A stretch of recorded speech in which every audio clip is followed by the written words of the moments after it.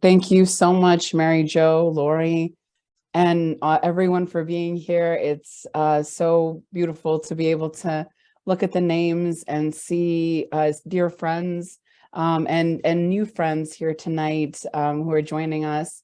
And thank you for sharing that reminder of when we first met. That was a beautiful and powerful moment and the beginning of a friendship that has brought us here. And I feel very humbled and honored to be in the company of so many of the people who you shared the names of, but most of all, to be in your company tonight. I'd also be remiss if I didn't acknowledge my friend and colleague from the Atkinson Foundation, Pat Thompson, who is on and joining us tonight, who between you and I, Mary Jo. And that really is those connections and so much of what I'm so excited to be able to be sharing with you tonight. I had shared this with the organizers as we got started.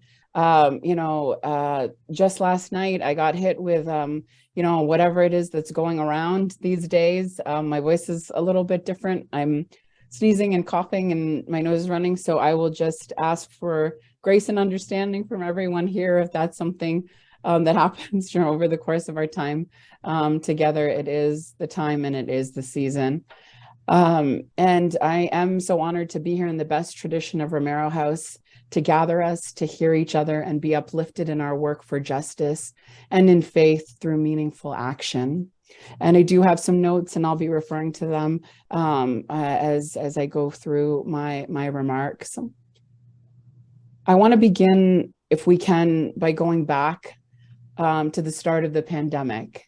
If we can think back to that time that wasn't so far, but also feels like a lifetime ago. I, like so many of us, would very conscientiously and apprehensively go grocery shopping once a week, armed complete with my shopping list, my mask, and even my gloves, but most of all, that 6-foot radius. The ability to feed myself over the course of the week hinged on those carefully collected ingredients.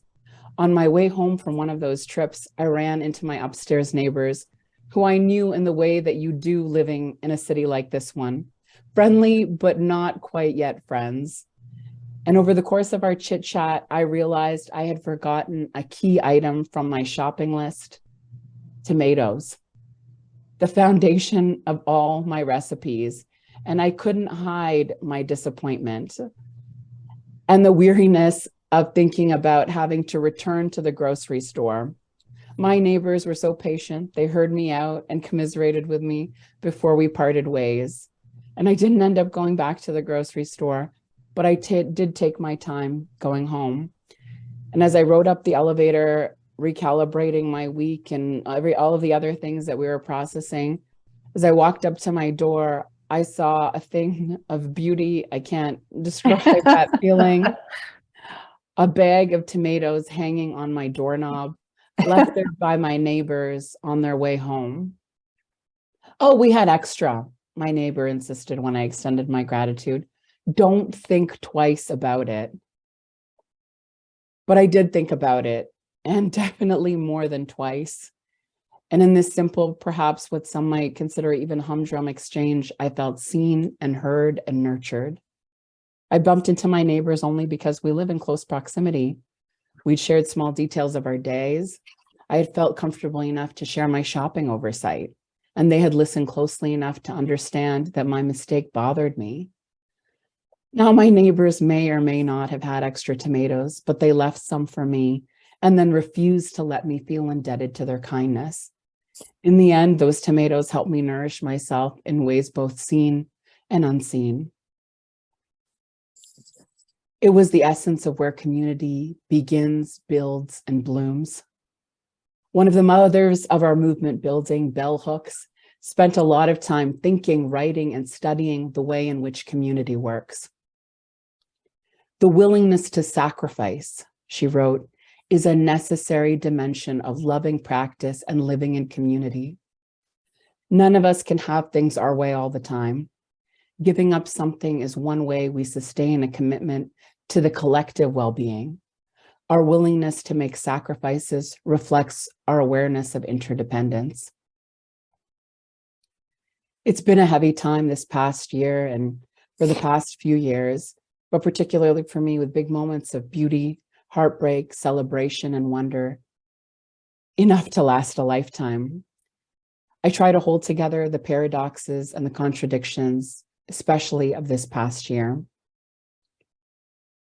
Last January, my mother was with me and I was with her. We navigated what would be the last months of her life with as much joy and grace as we could muster in the face of illness and pain. As I approached the immense decision to run for Toronto City Council, she was with me, questioning me, prodding me, making sure I was doing it for the right reasons. These weren't easy conversations, and I was forced to re-examine my intentions. I had to be truthful with myself and with her. After all, my mother wasn't going to give me such a life-changing decision, her blessing, easily. My mother wasn't interested in titles or accolades. Her kids did good. I think she would acknowledge that. But she wasn't the sort of mom who would frame certificates or have a cabinet of trophies. She'd clip the articles in newspapers where we might have been mentioned, but they were carefully filed away in folders, not always posted to the corkboard in the kitchen. After the hugs and the celebratory shabash, or well done, she was more interested in what I and my siblings were going to do with that achievement, with that responsibility. What were we going to do now? It was at times tough love. As I went from the agony of witnessing her illness to the long ongoing process of coming to terms with her loss, I began to hold close the memory and the ongoing awareness of what I've come to see as the in-between moments. Those million little encounters that stitch our time together, a touch, a smile, a discussion, a service, a sharing. Those seemingly ordinary, prosaic exchanges form the canvas on which we paint our lives. The messy day-to-day moments that make up life in a community. Sometimes it's caught on camera or shows up on a social media post. It might get a little dressed up or be used to tell a bigger story. The in-between moments are where we love and hate, express hospitality and intolerance, show either understanding or exclusion. The in-between moments are the social and spiritual DNA of communities, neighborhoods, and cities. My mother thrived on the in-between moments. Her greatest joy was connecting with people she loved or connecting with people she could love. She reveled in acts of service.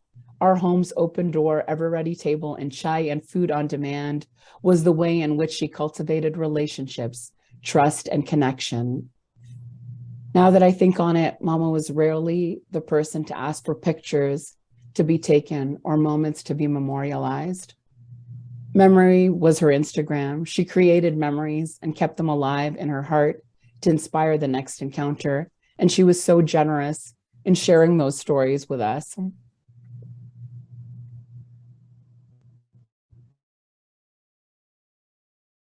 The past year has made me think deeply about joy and pain.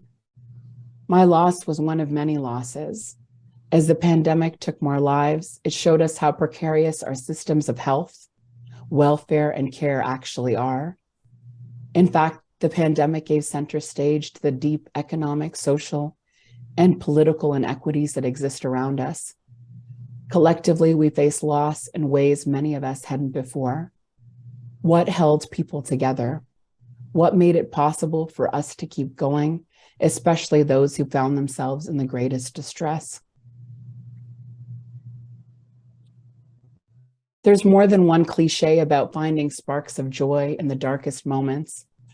I find myself wanting to roll them out when I have run out of words. I want to have some well-weathered platitudes to offer to myself and others when things are hard. I reach for these because I don't know what I can offer to give balm to the pain, trauma, and hurt. Yet repeatedly, I meet, sit, and work with people who have and are facing frightening and daunting circumstances, and find them not only persistent and resilient, but who show up with joy, agency, and the power to act justly and mercifully in the world. In the words of a late sage and poet, Mary Oliver, it is a mystery almost too marvelous to be understood. I'm sure there's many fans of Mary Oliver in this space. Oliver's poem, Mysteries, Yes, explores this further. You might know it. She writes, "Truly we live with mysteries too marvelous to be understood. How can grass be nourishing in the mouths of the lambs? How rivers and stones are forever in allegiance with gravity, while we ourselves dream of rising. How two hands touch and the bonds will never be broken. How people come from delight or the scars of damage to the comfort of a poem. Let me keep my distance always from those who think they have the answers. Let me keep company always with those who say, look, and laugh in astonishment and bow their heads. It is this sense of wonder, of possibility, that I associate with my mother and all those who live decidedly and purposefully in the in-betweens. Oliver's verses reminded me of when I was little and my mother talking with me about paradise. I remember her telling me that we didn't have to wait, that we could experience signs of celestial peace and happiness right here on earth. When our family is together, she shared, talking, feasting, and enjoying one another's company, it was messy and chaotic, and it felt like heaven to her. As I moved into public life, I've had to contend with these in-between moments differently. We often think of politicians as having extractive relationships when it comes to the moments out of the spotlight. Sometimes they become photo ops in a campaign, or other times they're mood music for policy decisions. They're a way to connect political life and decisions with ordinary people in their real lives. We know when this is done effectively, albeit times for less than progressive purposes. I remember being a novice student of politics and international relations and first watching Ronald Reagan's 1984 television ad, Morning in America. The voiceover makes claims to Reagan's record, but it's the images of ordinary white Americans doing ordinary things that makes the ad so compelling. It's meant to warm us, make us feel wholesome and whole. It's on the simple joys of living in and with family and community that Reagan hangs his proverbial hat. It arguably won him a landslide election. When running for public office, I'm conscious about how I speak about the in-between moments. I try to consider why I'm telling a story about my community. I'm careful about not owning the stories of others, but I must never allow myself to be in community through the in-between moments of others, because I too live in the community that I represent. There are in-between moments at City Hall, don't get me wrong. The cafe staff who know my favorites and the unexpected sparks of conversation with colleagues. But away from City Hall, I must be engaged in my own in-between moments, living and working in and with the people I have been chosen by to represent. I've knocked on thousands of doors, and especially over the past few months. And behind each and every one is where life is happening. I was canvassing with a colleague and came to the door of a Nona in a building on King West who was in the middle of making dinner. She took my curiosity about what she was cooking as me looking for an invitation. So we talked a bit and she offered us a glass of water and fruit. And of course, we politely declined, ready to move on to the next door. As she wrapped up the conversation, she burst out with, "I love you." And all I could do was say, "I love you too," and actually mean it. Sitting on the front steps in a neighborhood of downtown Toronto in St. Lawrence, I spoke to a neighbor absolutely unimpressed and disillusioned with the inaction of City Hall that he saw.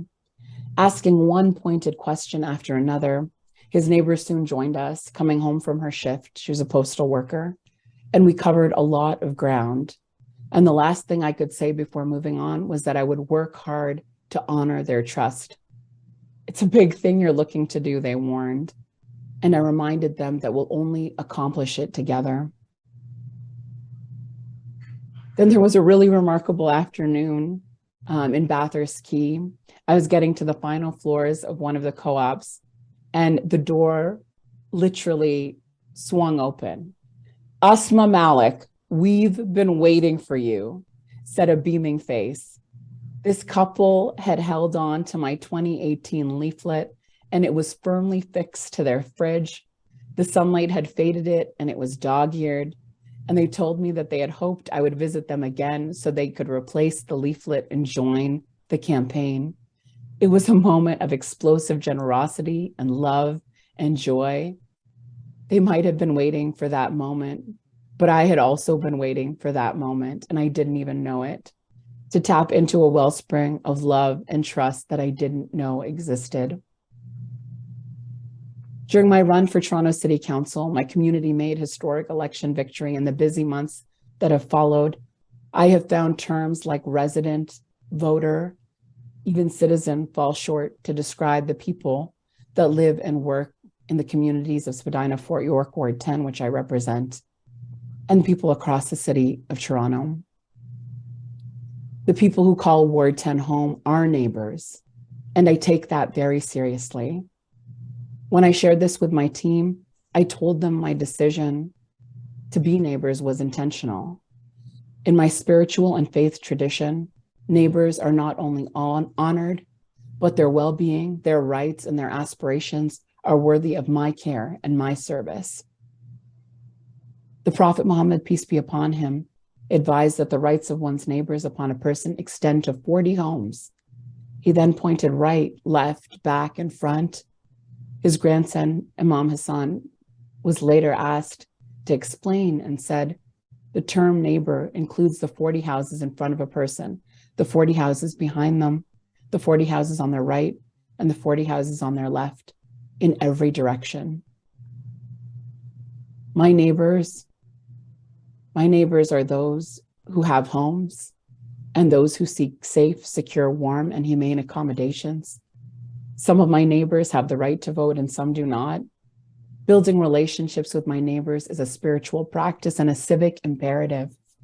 I'm not always going to agree with my neighbors, but my starting point for engaging with them is that we are woven into the fabric of community together. The more in-between moments we can share, quiet conversations, mutual aid and support, robust debates, the more the gravitational pull of neighborliness draws us together. The more we realize our interdependence, the more we realize our collective power. I'm sure there are some people who wonder why I often still speak about the coordinated campaign of hate that I faced during my successful and first 2014 run for public office for Toronto District School Board trustee. Ausma, you won, they say. You stared down xenophobes and racists, and the community got behind you. They're right. But being on the receiving end of hate, whether it's racism, misogyny, homophobia, anti-Semitism, or Islamophobia, has an enduring impact on our sense of safety, well-being, comfort, and belonging in the world. It had an impact on mine. Yet I return to this story because those difficult days taught me about the power of in-between moments in the way that shaped the kind of public servant I want to be. As the online trolls and intimidation reached a fever pitch, I'd walk up to porches and be greeted by door hangers that screamed out lies in bold type. What did my community think of this? And then I remember the grandmothers and grandfathers dropping by the campaign office, outraged, wanting to canvass for me, eager to tell me the stories of when they came to Canada and the struggles they faced. I met single mothers and students who took it upon themselves to go door to door to remove hate literature and speak to their neighbors about it. Union members, LGBTQI+ activists, university friends, they organized days when they all descended on the office to pick up leaflets and spend time making sure that I wasn't just okay, but the fight was well staffed and that all their friends knew this was a cause that needed everyone. In the day-to-day to and fro of community, people talked to each other, argued, learned, organized, and ultimately voted. Every hour that my neighbors gave to the campaign, to caring about what was going on by engaging a vision for a better community was a sacrifice. It was a decision by people to see themselves as movers of history and society. And we elected the first hijab-wearing Muslim woman to public office in Canada ever. And with that, paved the way a little bit clearer for more of us who see the dignity of being able to serve. The author, Mia Birdsong, in her tremendous book, which I love dearly, How We Show Up, Reclaiming Family, Friendship, and Community Rights. We exist not as wholly singular, autonomous beings, nor completely merged, but in a fluctuating space in between. This idea was expressed beautifully in Desmond Tutu's explanation of the South African concept of Ubuntu. He said, "It is to say my humanity is caught up, is inextricably bound in yours. We belong in a bundle of life. It is not I think, therefore I am. It is rather, I am human because I belong, I participate, and I share." The prosaic interactions aren't prosaic any longer because they are guided by a desire to express compassion, care, and justice. As the quantity and quality of our in-between moments grows and we experience our interdependence, we grow in trust. I've learned in my work that trusting relationships are the basis of all meaningful and lasting social, political, and economic change and true power. We move the needle together because we have built trust with one another. Bell Hooks gives us language for this too, when she says, "Trust is the heartbeat of genuine love." When we see love as the will to nurture one's own or another's spiritual growth, revealed through acts of care, respect, knowing, and assuming responsibility, the foundation of all love in our life is the same. Having been elected again to public office, I have been deepening my practice of what it means to be a civic leader. If the in-between moments are places where neighbors build interdependence and trust, then it is also where they build solidarity and power. Demonstrating leadership on their city blocks and neighborhoods and schools and co-ops and shelters every day, dreaming and organizing, showing that in a city like ours, we should have everything that we need to thrive: affordable housing, green transit on safe roads, decent work, and a livable present and future. Being a counselor is a privilege and a trust that I try to hold with strength and care. And it is only one kind of leadership, a bigger piece of the puzzle. No political leader is a savior.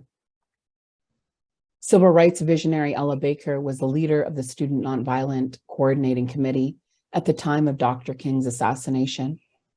Ella Baker was deeply concerned about the way in which charismatic leadership eclipses the work of ordinary people, and I would say obscures the power of the in-between moments.